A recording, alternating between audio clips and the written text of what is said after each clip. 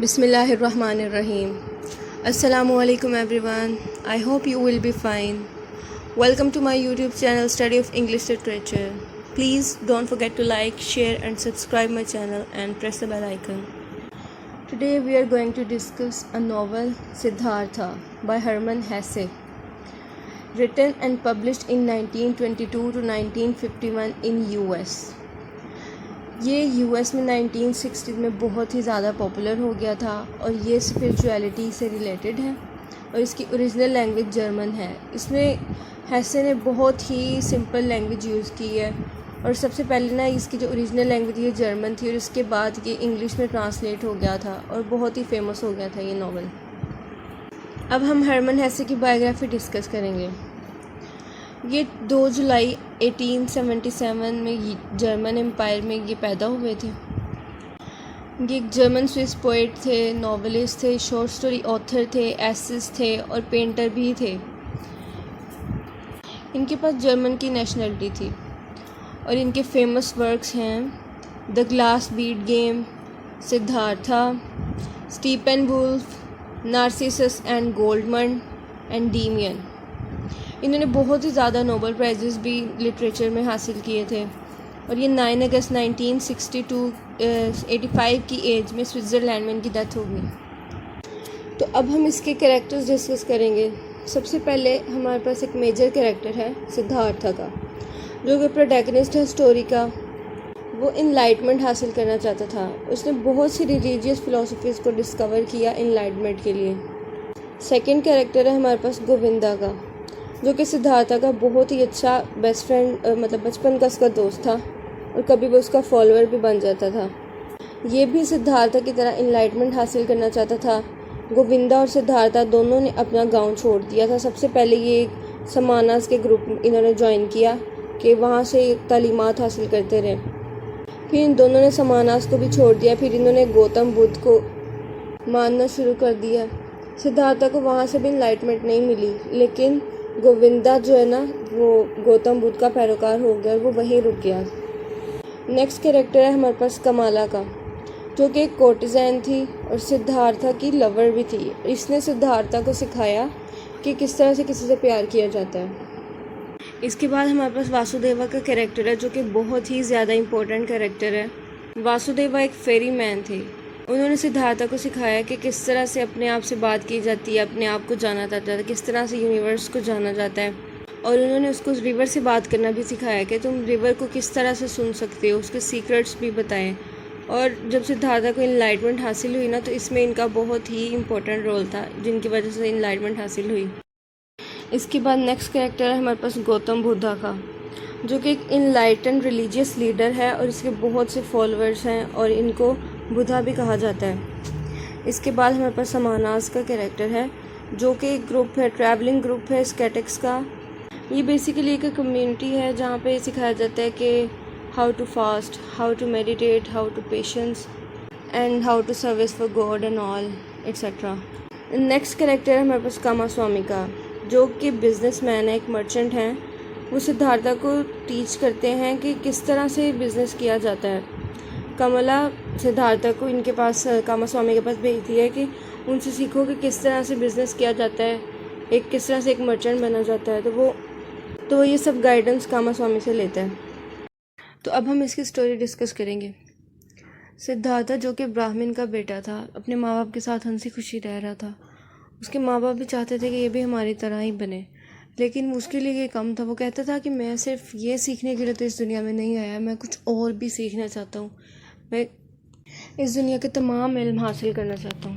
एक दिन वो अपने दोस्त गोविंदा के साथ नदी के किनारे बैठा सोच रहा था कि उन लोगों को इनलाइटमेंट हासिल करनी चाहिए। ये जो वो कुछ सीख रहे हैं ना, ये सब बहुत कम है उनके लिए।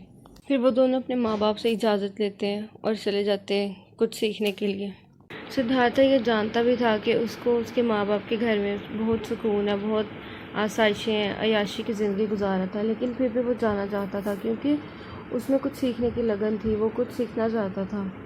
वो और उसका दोस्त गोविंदा घर से रुखसत हो जाते हैं।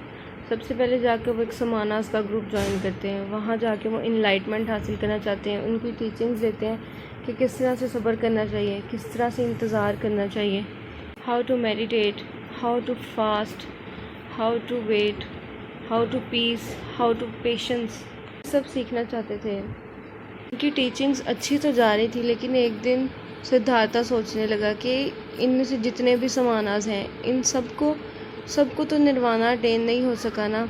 किसी को 60 साल की उम्र में जाके निर्वाणा हासिल हुआ है, किसी को 70 साल की उम्र में जाके निर्वाणा हासिल हुआ है, लेकिन उनमें से भी इन सबको निर्वाणा हासिल नहीं हुआ, तो क्या फ़ायदा फिर। वो समानास के ग्रुप को भी छोड़ देता है और गोविंदा भी उसके साथ ही चला जाता है। फिर वो दूसरा एक गौतम बुद्ध नामी पास जाते हैं, उसकी टीचिंग्स हासिल करते हैं। उनकी टीचिंग्स भी काफ़ी अच्छी लगती हैं इनको, लेकिन सिद्धार्था को वहाँ से भी इनलाइटमेंट हासिल नहीं होती। लेकिन गोविंदा को गौतम बुद्ध की टीचिंग्स से वो बहुत इम्प्रेस होता है और वो वहीं उनका स्टूडेंट बन के वहीं पे रह जाता है। सिद्धार्था गौतम बुद्ध को भी छोड़ देता है। फिर वो वहाँ से जाता है एक औरत के पास, जो कि कोर्टिज़न होती है, उसका नाम कमाला होता है। वो उससे सीखता है हाउ टू लव, वो उससे प्यार सीखता है कि मतलब किसी से किस तरह से प्यार किया जा सकता है। वो उसको सिखाती है और उसके साथ उन दोनों की फिर शादी हो जाती है। फिर उसके बाद वो सिद्धार्था को एक मर्चेंट के पास भेजती है, जिसका नाम कामास्वामी होता है। वो उसके पास उसको भेजती है। वो उससे सीखते हैं कि किस तरह से बिज़नेस किया जाता है, किस तरह से पैसे कमाए जाते हैं, किस तरह से जॉब की जाती है। हर किस्म का बिज़नेस वो उससे सीखता है, क्योंकि कामास्वामी एक बहुत ही जाना माना मर्चेंट होता है।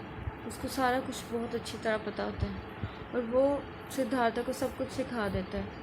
फिर एक दिन सिद्धार्था एक वासुदेवा एक फेरीमैन से मिलता है, जो कि वो उसको सिखाता है कि रिवर से किस तरह से बात की जाती है, किस तरह से उसकी खामोशी को सुना जाता है।